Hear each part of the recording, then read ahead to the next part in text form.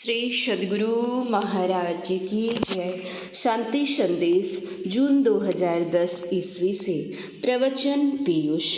पूज्यपाद महर्षि संत सेवी परमहंस जी महाराज का यह प्रवचन अखिल भारतीय संतमत सत्संग के 73वें वार्षिक महाधिवेशन तीर्थराज प्रयाग के त्रिवेणी संगम तट पर दिनांक 28/2/1981 ईस्वी को प्रातःकालीन सत्संग में हुआ था।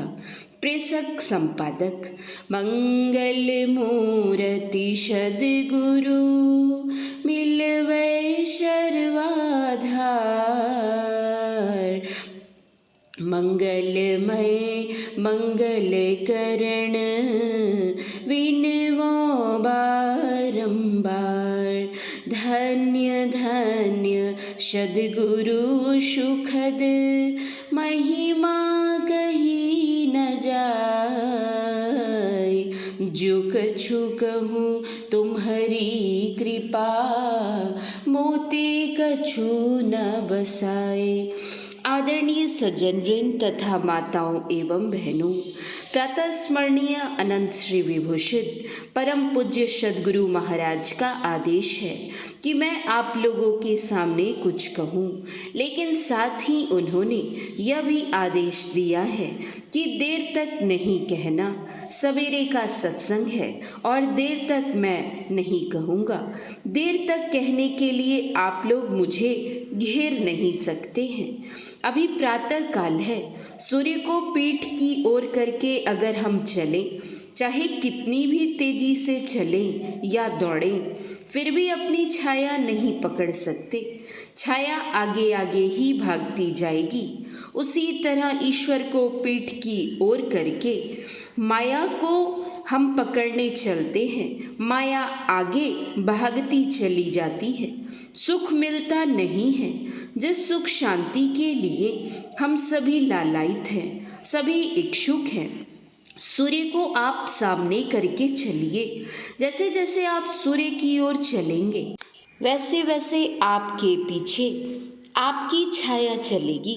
भागना चाहे दौड़ करके तो छाया भी आपके पीछे पीछे दौड़ेगी, आपका पीछा नहीं छोड़ेगी। उसी तरह यदि ईश्वर को सामने करके चलेंगे तो माया भी आपके पीछे पीछे चलेगी। अगर आप भागकर चलेंगे तब भी आपका संग नहीं छोड़ेगी। ईश्वर के पास जितनी तेजी से चलेंगे उतनी ही तेजी से माया आपके पीछे चलेगी, खुशामद करेगी, संग छोड़ेगी नहीं।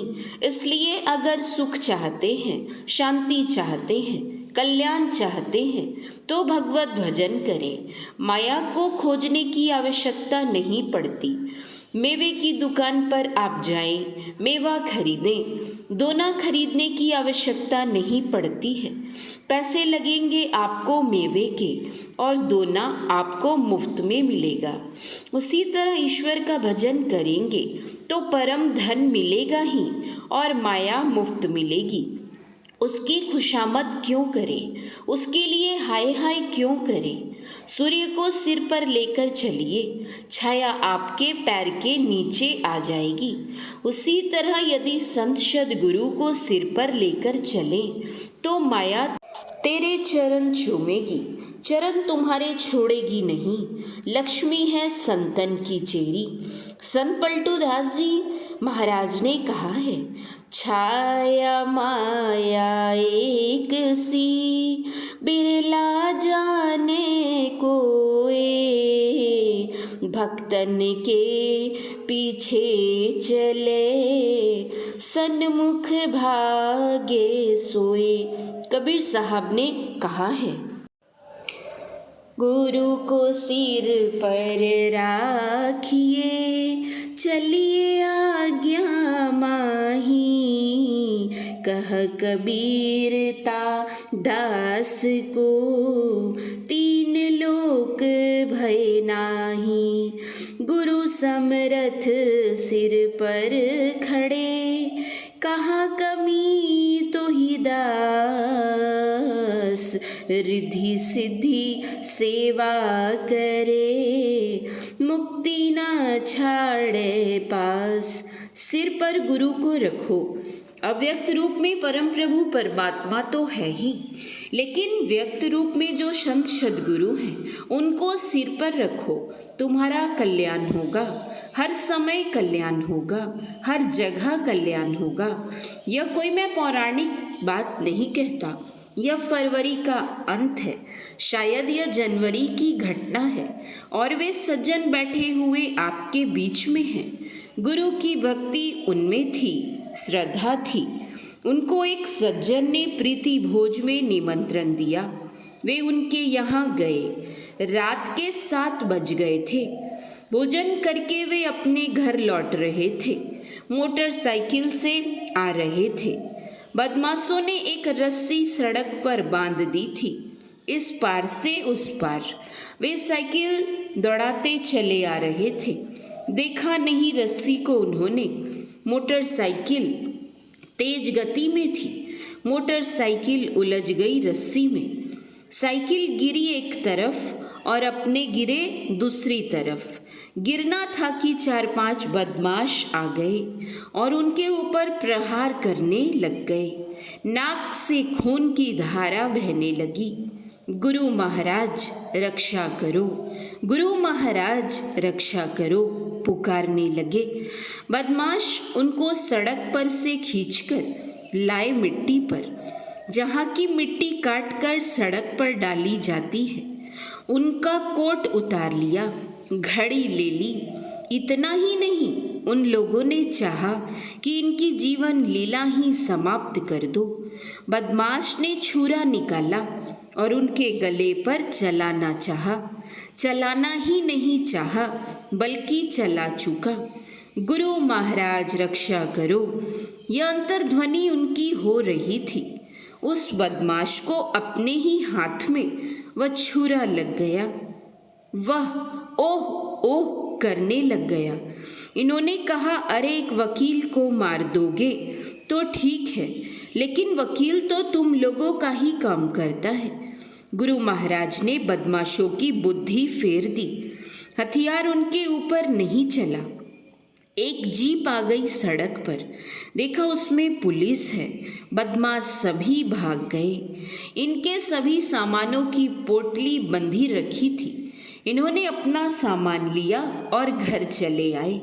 जिनको गुरु पर निष्ठा है, विश्वास है, श्रद्धा है और यथार्थ में गुरु है, गुरु नहीं, तो अवश्य ही कल्याण होगा, कोई शक नहीं, निश्चित है, सुनिश्चित। गोस्वामी तुलसीदास जी महाराज के लिए लोग कहते हैं कि वे भगवान राम के बहुत बड़े भक्त थे, लेकिन जब हम उनकी वाणी पढ़ते हैं तो देखते हैं कि उनका झुकाव किस ओर है।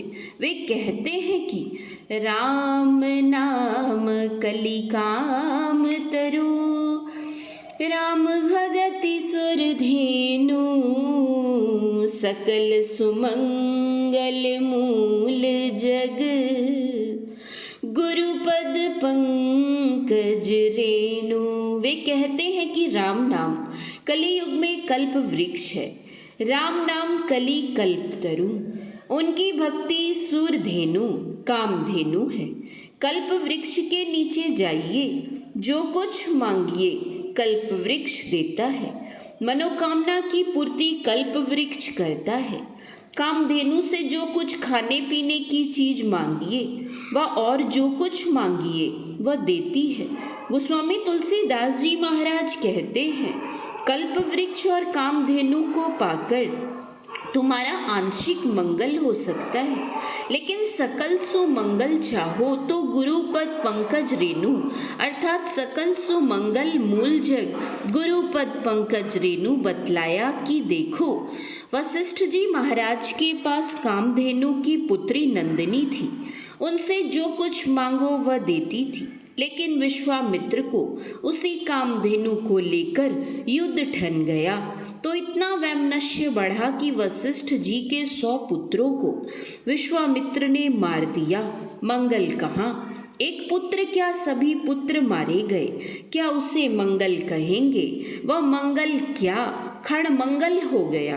कल्प वृक्ष के लिए कहा जाता है कि जो कुछ मांगो सब कुछ दे। कथा है, एक सज्जन घूमने गए। घूमते घूमते वे थक गए। विश्राम के लिए एक वृक्ष के नीचे चले गए। परेशान थे, श्रांत क्लांत थे, पिपासित थे, थके मांदे थे।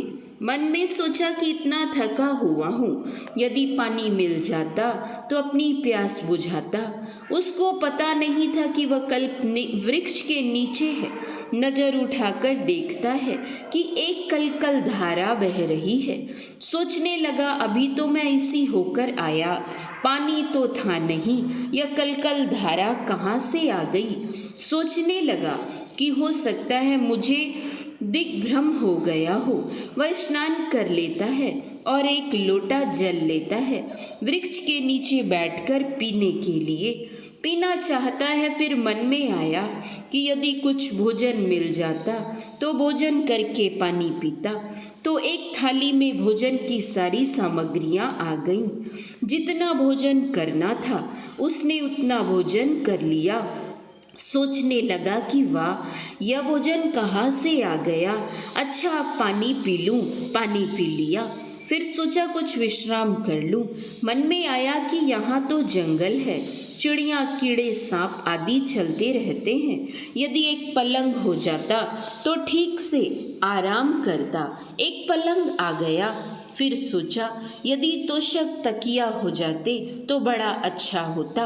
कल्पना करना था कि सारे सामान आ गए। उस पर वह लेटता है।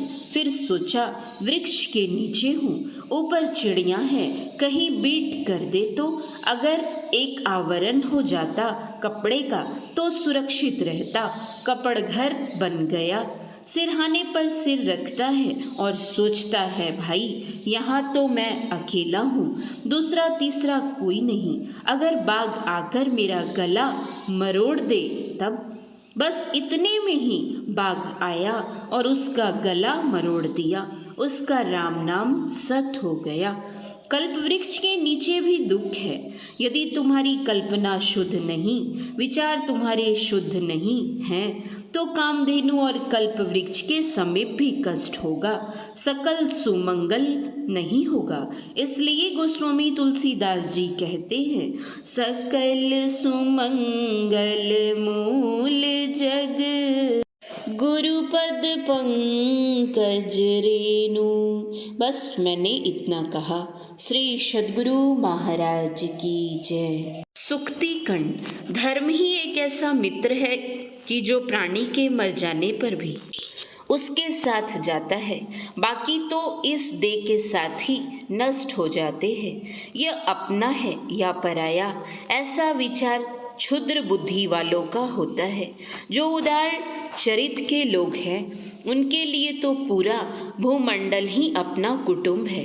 आपत्ति में मित्र की, युद्ध में वीर की, ऋण में पवित्रता की, निर्धनता में स्त्री की और दुख में बांधवों की परीक्षा होती है। ना कोई किसी का मित्र है, ना कोई किसी का शत्रु। संसार में अच्छे बुरे व्यवहार से ही मित्र और शत्रु होते हैं। दुर्जन होकर भी यदि मीठी बातें करता है तो इस कारण उस पर विश्वास नहीं कर लेना चाहिए, क्योंकि उसकी जीभ पर तो शहद रहता है पर हृदय में हालाहल विष भरा रहता है। श्री सद्गुरु महाराज की जय। श्री सद्गुरु महाराज की जय। श्री सद्गुरु महाराज की जय। जय गुरु महाराज।